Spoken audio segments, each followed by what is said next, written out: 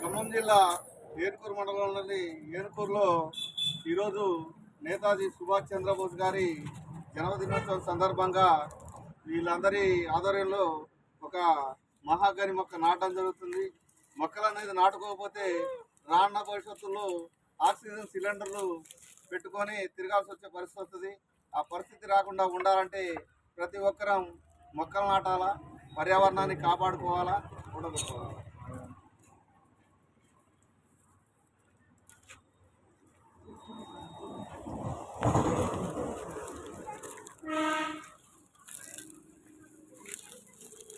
బాగుంటుంది వీడియో.